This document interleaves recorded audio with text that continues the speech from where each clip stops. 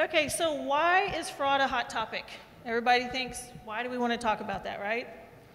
Is there anyone in this room that can honestly say that their company has not had some sort of fraud in the last several years? Whether it was somebody calling you on the phone, asking you to give them money, whether it was someone trying to tamper into your bank account. I think just about everyone has seen something. So today we're going to throw out some stats, and the stats we throw out are all going to be from the Association of Certified Fraud Examiners, and everything has to do with the construction industry. So the typical fraud, the organization loses 5% of revenues each year to fraud. So think about what your revenues are and take that at 5%. Are you ready to lose that? I'm not. And if you take that to the entire world, that's $7 billion. That's a lot of money. That's a lot of assets. The median loss per fraud occurrence is $130,000. I don't have an extra $130 to lose. I don't know about you guys. And 22% of all fraud cases are at least $1 million. And the median duration of how long it takes to find someone or detect that fraud has occurred is 16 months. Do you know how much money or assets can be gone in 16 months if it's not caught quickly? A lot. So this report, this is also out of the Kroll Global Risk Report from the construction industry section, that 83% of all the construction companies that they surveyed had at least one fraud in the last 12 months. That's up 13% from 2016. 93% had been hit by a cyber attack.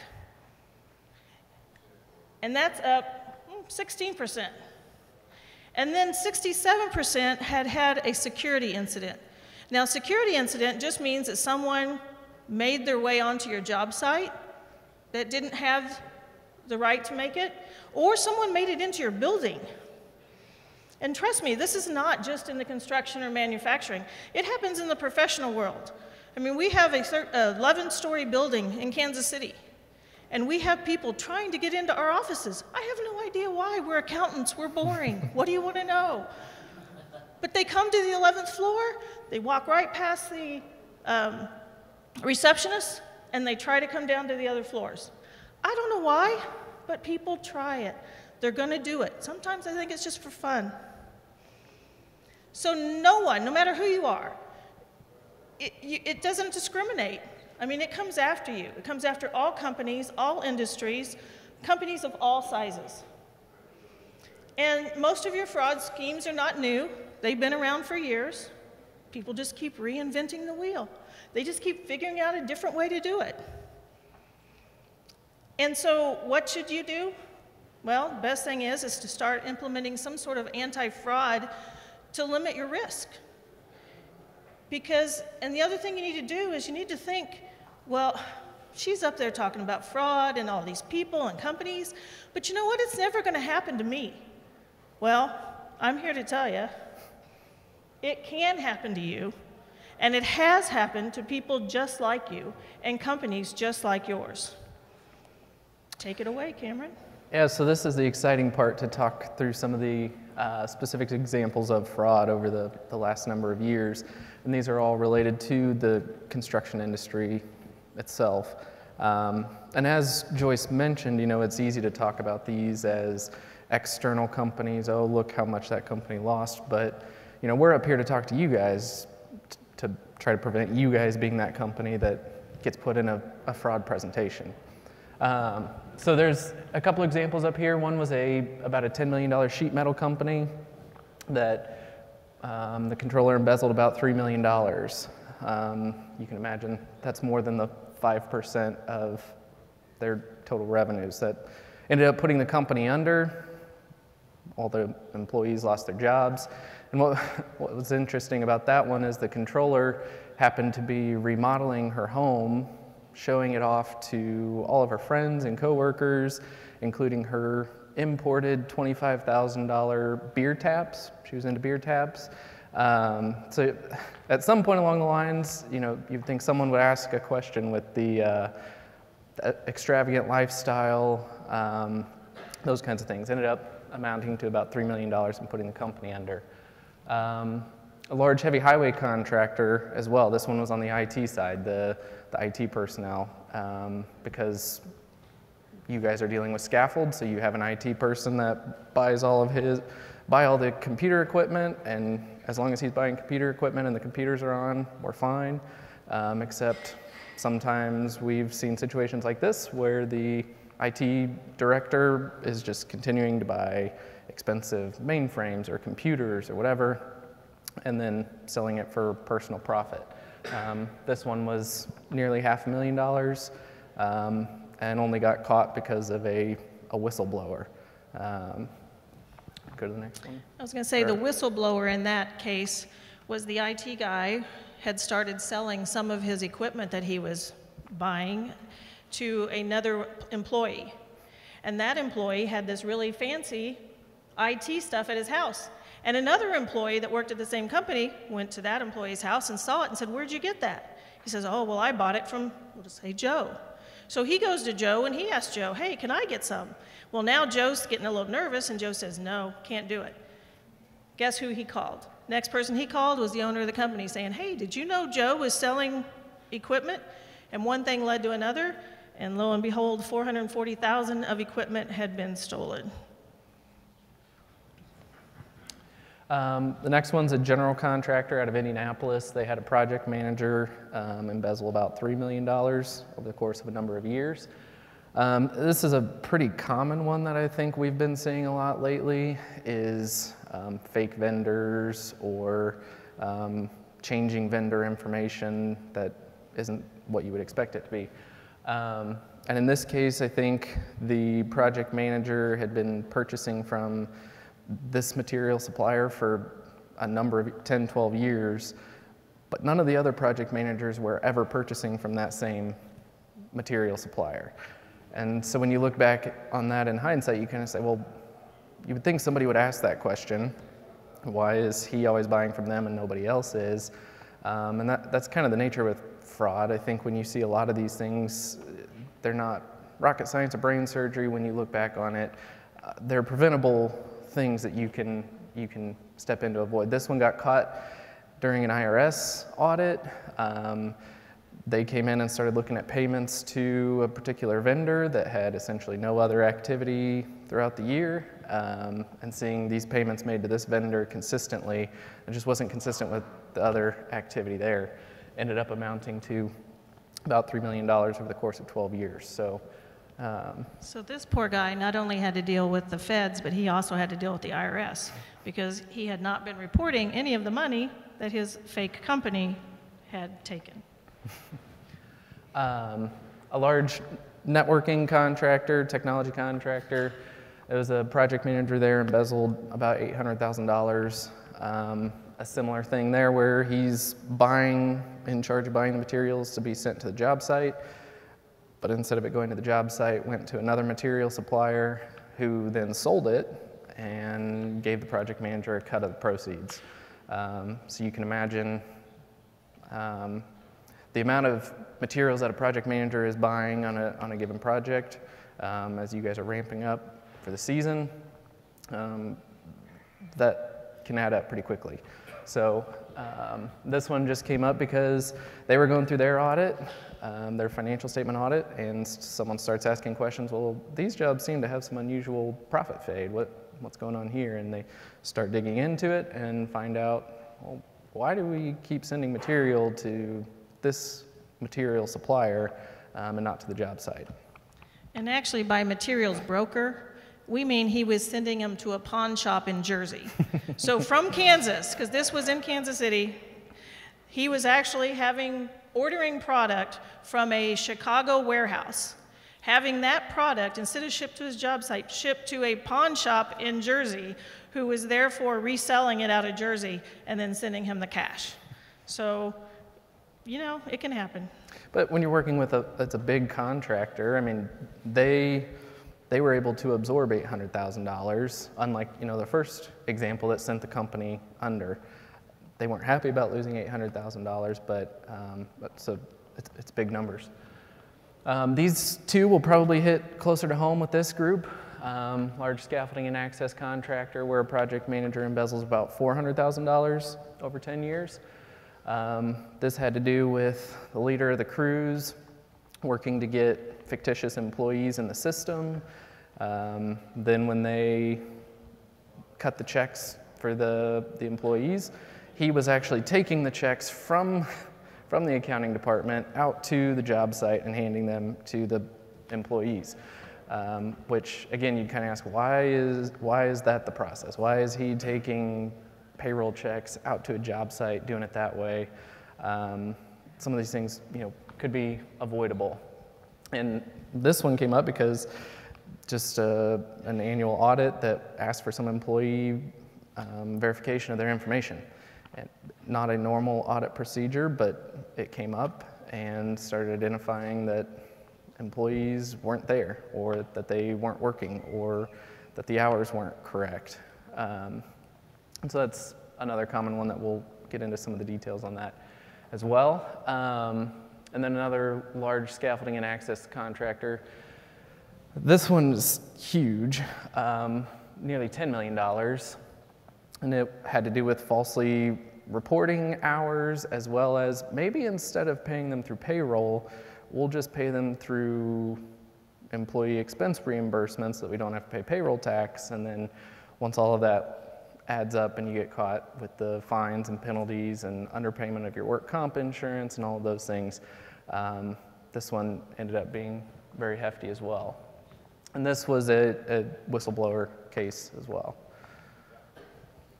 So those are some of the cases that we know about, and I'm sure if you guys can sit around, you've heard other people talk, and we won't ask anyone here to come up and give your horror stories, unless you'd really like to, because we're always looking for new stories to tell. But I just want to drive home that it does happen, and it does happen to all industries, all types of companies. And the other thing that I don't know if you realized when we were talking here was the first set were employees, right? They were office staff. The second step was your management people. They were your project managers. What we found here in the last section here is we have owners. So that kind of takes us into the next section of who does, I'm not moving. There we go. And that all types of people. And so then the question is, but why do they do it? Why do people that you know in your company, that you love, you've worked with these people for years, why are they doing it? Why are they embezzling from you? Why are they taking your assets? Well, pressure, stress. You know, you get people that are out there and they're trying to raise their families and they're getting into debt and they need that extra little cash or they need that extra little something. They want to keep up with the guy next door. They want to buy the new iPhone that costs, what, $1,400 now for an iPhone 10 or something? Oh my God, I have 3 teenagers at home. They all want an iPhone X. I'm not going to do it unless you guys tell me I should, but I don't plan on it. The other reason that people do this is divorce. And I will tell you, divorce is very stressful for people. And if you have employees going through a divorce, you've probably seen how stressful it can make them. And I will tell you, the number one between men and women, divorce is a woman's number one reason to do embezzlement or to cause a crime. Because that's when she feels the most vulnerable and she is scared that she's not going to be able to support her family. And then owners look at this and they have a stress too. Because owners have a stress to make their financial statements look good enough so that the bank continues to give them money, so that their bonding company doesn't pull their bond, right? So an owner is going to be more likely to try to make the bottom line of their financials look better. But it's all due to stress. Another reason is people just have the opportunity. Some people don't care about stress. Some people just want to take something. And if you give them the opportunity, they're going to do it. And so if someone has unlimited access to your bank account, you're allowing someone in your office to write checks, to collect cash, to take it to the bank, to do all the things they shouldn't do. It's an opportunity. Who's going to miss $5, $10, $1 million? And then at job sites, at times there's weak controls. Sometimes there's not enough security on a job site to keep assets from disappearing. And then the number one reason that men do this, women was divorce, remember? Men do it because they rationalize it. Men say, I deserve it. I've sat here for how many years, and I've watched the boss come in and drive away in his extra stretch Cadillac. And all I'm doing is coming to work on my scooter. That's not fair. I work harder than he does. I'm here 16 hours a day. He's here for 8. They rationalize it. They believe they deserve it, so that's why they do it. They believe that their employer owes them that extra funds. So some of the red flags, as we said, Cameron and I are both auditors, not IRS auditors. Okay, we're the good financial statement auditors. We're the ones that you guys actually hire to come look at. We're the good kind. We're on your side. So if I come into a company and I see that a company has a lot of high turnover rates in their accounting department, or if I know that there may have been an irregularity that I find and the owner says, oh, don't worry about it, you know, so-and-so would have never done anything, guess what? I'm throwing up a red flag and I'm adding more tests to your account because something's going on. And then the way that you can tell in your employees if something's going on is you need to watch for your employees who don't want to take vacations. Has anybody ever wondered why your accounting person or your project manager never wants to be gone for more than just a long weekend? Maybe it's because they don't want someone else to come in and do their work. I found probably at least 10 cases of embezzlement that I've been involved with where the bookkeeper would not leave and go on vacation. She would maybe take Friday and Monday off, but that's because she knew the owner was also gone on Friday and Monday. And that's because she did not want anyone else looking to see what she was doing. The other thing is watch how they start to behave at work. A lot of times when people do start, they start to get really jittery. They start to be more on edge because they're always looking over their shoulder, thinking that someone is, oh, they may catch me today. Today might be that day. So just kind of watch the behavior changes. And then the other thing is if they start having lifestyle changes. Like our lady in the first example, who literally ordered $25,000 beer taps from Germany and had them installed in her house. I mean, when I mean beer taps, I mean she had a huge bar built in her basement with 4 kegs. And when someone starts doing that, and you know that they're not making that kind of money, her husband was also already retired and didn't have any extra cash. You know, when you start seeing things like that, it kind of raises a red flag. So who commits fraud? Of the fraud, 45% is done by an employee. 30% is done by somebody in a management position, and probably 20% is done by an owner. And 4% of all fraud is basically done by a first-time offender. They have not had any type of, you know, they hadn't even told a lie before, but they're going to do this. Some more oh, I went backwards. Okay, duration before being detected is a little different in the types of who's doing it. An employee is basically, normally, on average, going to get caught after about 12 months. Okay? Something's going to happen. Somebody's going to get jealous of what they have. Somebody's going to turn them in. Take about 12 months for that to happen. A manager, a project manager, is going to get away with it for a little bit longer because you know why? They're the one approving the invoices. They're the one approving the disbursements. They're the one collecting your cash. They get away with it for probably 18 months.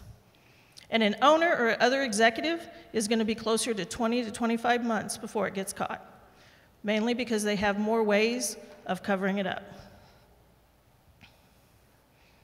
So these are some of the fraud schemes that we see. So there's corruption, asset misappropriation, and then there's the financial statement fraud. The corruption, normally done by your project managers, where they're getting collusion with other people. Your asset misappropriation could be done by someone in your office, could also be done by a project manager. Your financial statement fraud would only normally be your managers, your owners, or your CFOs or your controllers.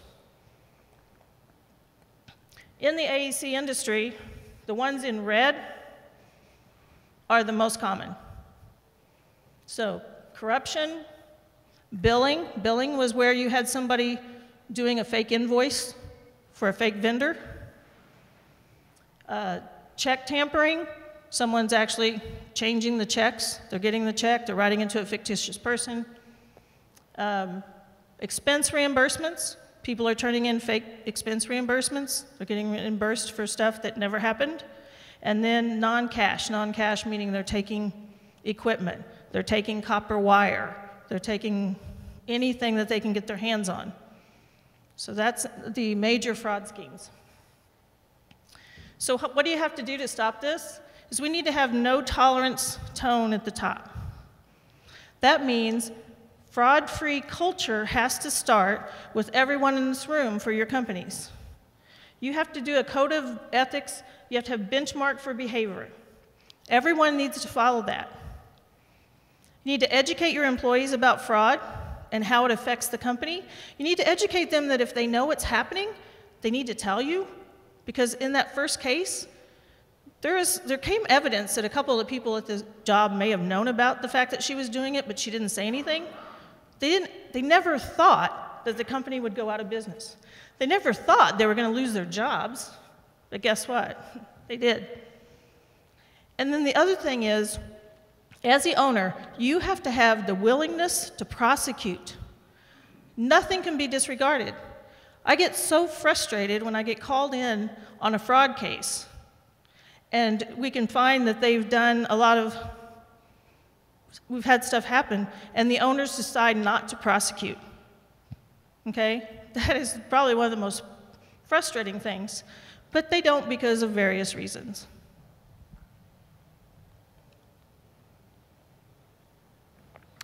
So this is probably one of the most important things to consider as we talk about preventing fraud, or at least trying to mitigate it, is having an avenue for your employees to report it. Obviously, not every case is going to be somebody driving in a new Lamborghini or $25,000 beer taps or something along those lines. Sometimes it's more irregularities in the details. And some of you guys are probably very much in the details. Some of you guys probably don't want to be in the details, and you have people that do that for you. And so what if those employees who are in those details are seeing something that's irregular, and they're not sure how to communicate those things, or they don't know what the next step is? It's critical that you guys do communicate with them. Do they go to their supervisor? Do they go to accounting? Do they go to HR? Do they go straight to the owner? Is there a fraud hotline that they can call? Something that gives them the ability to report these things that they're suspicious of without fear of repercussion, whether it's from going to their supervisor or whatever. So whistleblowing, I mean, we've mentioned it in a couple of the examples. That's what catches most fraud, or at least by the biggest piece of it. And so if nothing else, it's just the most effective way to prevent fraud, or at least discover it. So having that is critical. Encourage just a culture of being able to come in confidentially and report those things, that your door is open, that things do happen. And so giving them that opportunity to come in and say, maybe there's an issue here, I'm not sure. But that takes a tone at the top and an active level of managing those people to have that culture. And setting those clear channels, setting up an environment of trust and accountability, because that's what all of this comes down to, right, is you have to have an element of trust in the people that are handling all parts of the finance.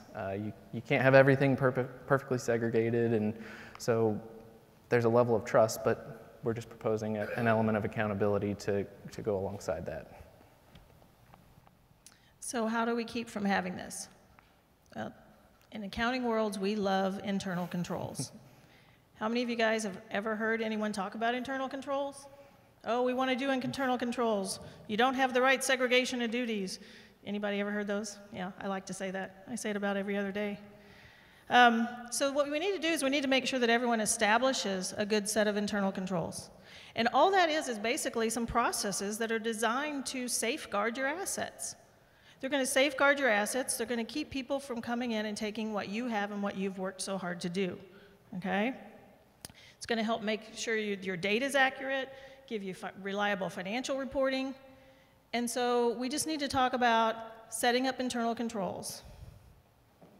And to be effective in your organization, internal controls need to be told, I mean, everyone in the organization needs to know that these controls are there, okay? The number one deterrent for someone to do something is know that there's a control in place that could possibly catch them. If they don't know that, they might try it. And if they try it, they just might get away with it. And all internal controls need to be monitored by the management of the company.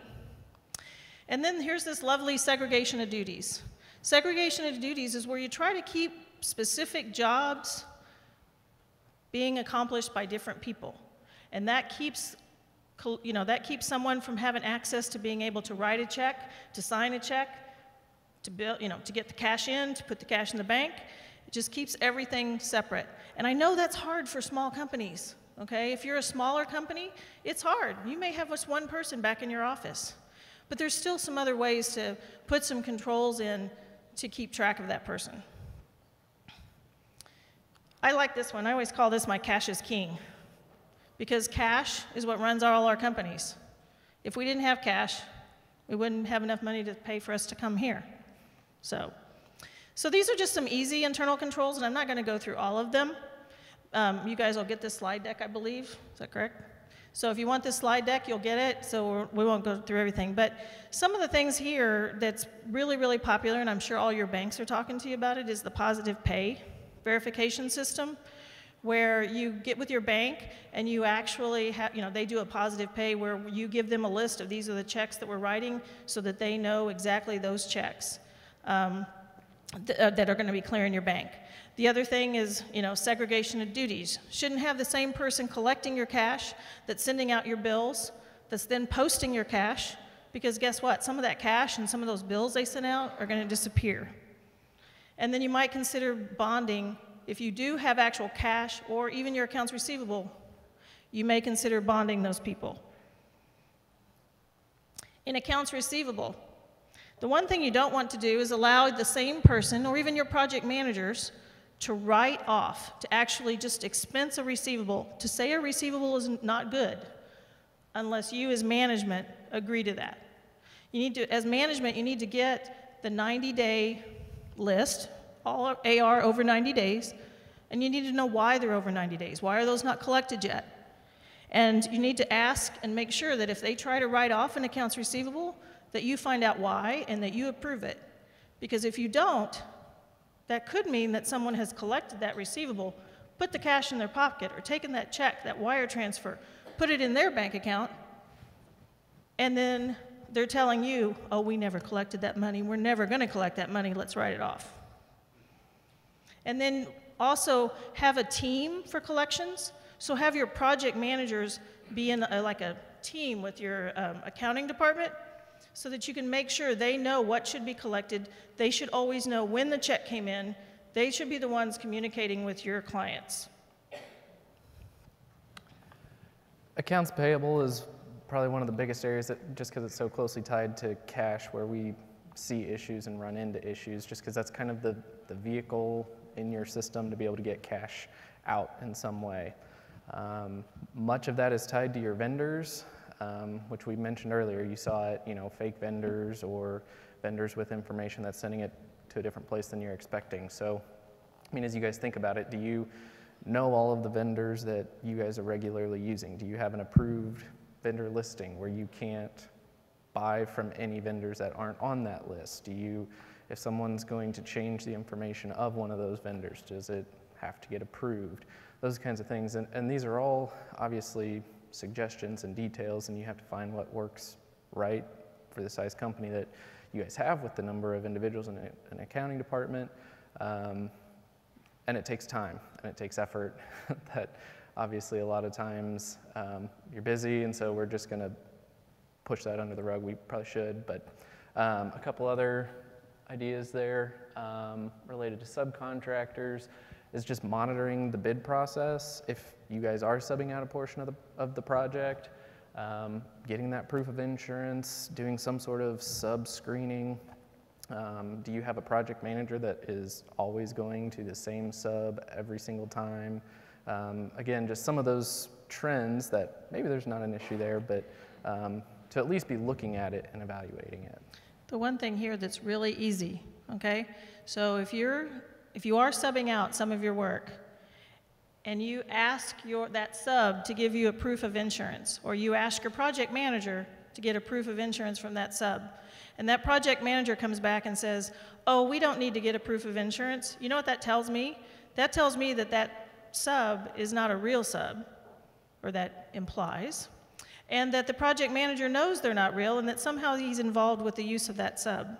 Because if you're fake, okay, if you're a fake vendor, if you're a fake subcontractor, you're not going to have insurance for the most part. So that's one way that we catch that very easily, is by asking that one question: where's their insurance certificate?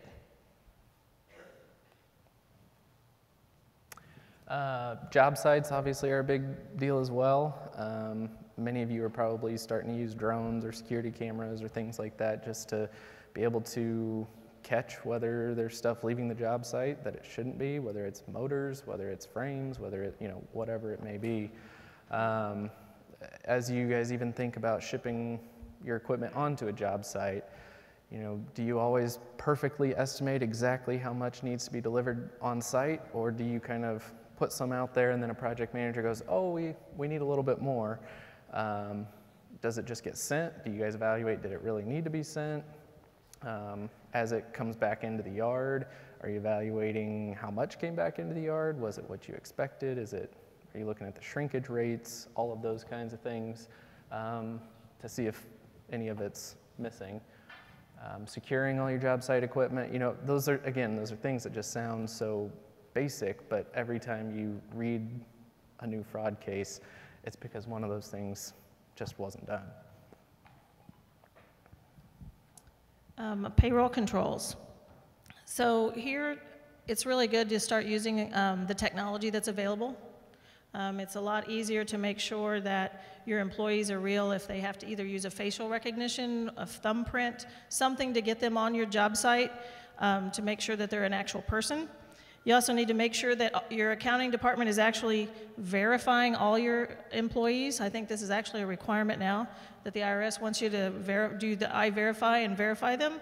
Make sure your accounting department is doing that. If they are, then that's, can pretty much be a great control to make sure that the payroll,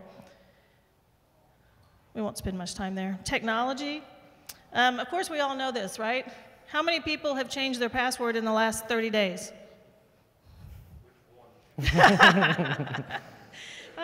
Any of them, yeah. And that's not change it from like 1, 2, 3 to 2, 4, 3, 5, 4. 6. Some sort of security system in your accounting program. So, and what I mean here is, there's a really basic way to keep people out of your accounting program. Most accounting programs have a security ledger in there, right? Where you can say that I only want Joyce to have access to my accounting, and I only want Cameron to have access to project management. But you would be surprised how many times we get called in to look at a fraud case, and the owners are like, I didn't know I could keep someone out of that area. Okay, everybody here knows now, right? If you have a software, you can lock them out. It has a designated area where you can say only this person has access. Go back now, call your people, tell them to put it in. A lot of the electronic data exchange is very good from job sites, especially on payroll. And then the electronic approval of invoices so that you can actually make sure the right people are approving them. So we're going to kind of lead you. We kind of rushed through this, so I apologize. We just didn't want to run over because I know that lunch is coming up real soon, right? And I can hear a few stomach growlings. So I guess I just want to kind of leave you with some thoughts that no internal control you're going to put in is perfect. There's always going to be limitations. There's always going to be human judgment and some error. I know there's a cost restraint. You can't afford to have 10 people in your office when 3 people can do the job, okay? I know that. There's also going to be management override. Sometimes management's just going to say, I don't really care about that control, just don't worry about it. And then, of course, there's collusion. And when collusion happens, like our project manager in Kansas City that was in collusion with his friendly, pawnbroker out in Jersey, you can't really fight against that. There's not a lot you can do other than just be careful, have your audits, watch for it. But to be successful, remember that that internal control that you put in place has to be supported by management. What you put in place in your companies has to be supported by the members in here, okay? And it has to have some oversight and monitoring. I'd say too, it's not enough for it to just be thrown in there as a process, that's the way we do it. Do you evaluate that it actually is done that way? It's one thing to say that we have internal controls, but we don't really know if they're working or they're really followed or those kinds of things. But that's where kind of having sign-offs and approvals from management's review of those controls as well can be a big help. So stamping out fraud is basically impossible in your industry. In the construction industry, there's always going to be some type of fraud. But what you can do is remember, please, prosecute the offenders. Don't just send them down the street. We had one in Kansas City probably 4 years ago where a young lady went into a tile company, embezzled probably, I think it was, if I remember right, it was about $150,000. She cried when the owner asked her about it. She cried. He thought she was cute. He said, "Oh, honey, don't worry about it. Just pay me back. I won't prosecute." Guess who she went to work for? She went to work for another tile company in Lawrence, Kansas. If you're a Jayhawk fan, please don't say yes. Guess what she did there? Within 2 months, she'd stole $75,000 from them. So please don't just hand your problem off to the next person, because then I just have to trace them here and here and here. But actually, maybe you should, because that gives me more work. Keeps me employed. And then remember to have stricter practices and controls. So even though I say you can't stamp out fraud, you can mitigate the risk of it happening to you. And with that, both Cameron and I say, thank you. Thank you.